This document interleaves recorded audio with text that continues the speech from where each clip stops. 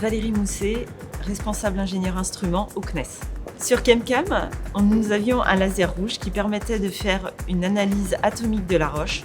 Sur SuperCam, nous avons toujours ce laser rouge, mais nous avons aussi un laser vert qui est ramant et qui permettra lui de faire une analyse moléculaire de la roche, à la fois minéralogique et organique. Bonjour, je suis Benoît Moulas, président de Comat. Comat est une société spécialisée dans les équipements spatials, mécaniques, complexes. Un des plus grands challenges de réalisation de la SuperCam réalisée par Comat, ça a été de faire la mise au point de cette caméra.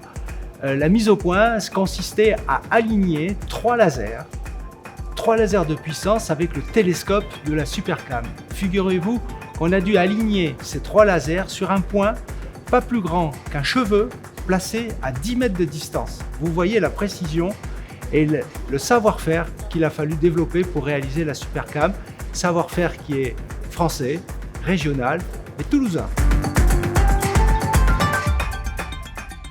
Bonjour, je m'appelle Agnès Cousin, je suis géologue et astronome adjoint à l'IRAP à Toulouse. À bord du rover Persévérance, on a mis un morceau de pierre de Mars, donc c'est un morceau de cette roche qu'on a coupé et ça va nous servir à calibrer l'instrument SuperCam et surtout c'est un clin d'œil en fait au retour d'échantillons martiens.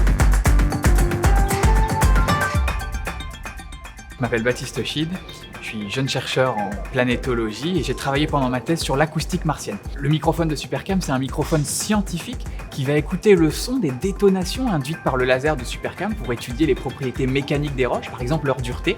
Puis on va également pouvoir écouter l'atmosphère de Mars, le vent, pouvoir déterminer sa vitesse, son orientation par exemple.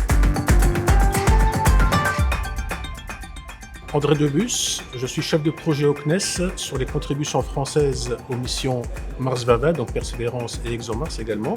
La différence entre Persévérance et ExoMars, c'est que Persévérance va rechercher des biosignatures, c'est-à-dire des traces laissées par des formes de vie anciennes sur Mars, alors qu'ExoMars va rechercher des traces de vie présentes ou passées, mais des traces de vie actives à travers leur chimie organique, et cela en prélevant des échantillons à 2 mètres de profondeur. Bonjour, Jean-François Clairvoy, astronaute, fondateur d'R0G. Persévérance est un précurseur robotique de futures missions habitées vers Mars parce qu'avant d'envoyer des humains et de les ramener, il faudra qu'on démontre notre savoir-faire d'envoyer des robots sur Mars et de ramener des échantillons. Et Persévérance s'inscrit dans ce projet global puisqu'il va déposer des échantillons qui seront récupérés en 2030 par une autre mission.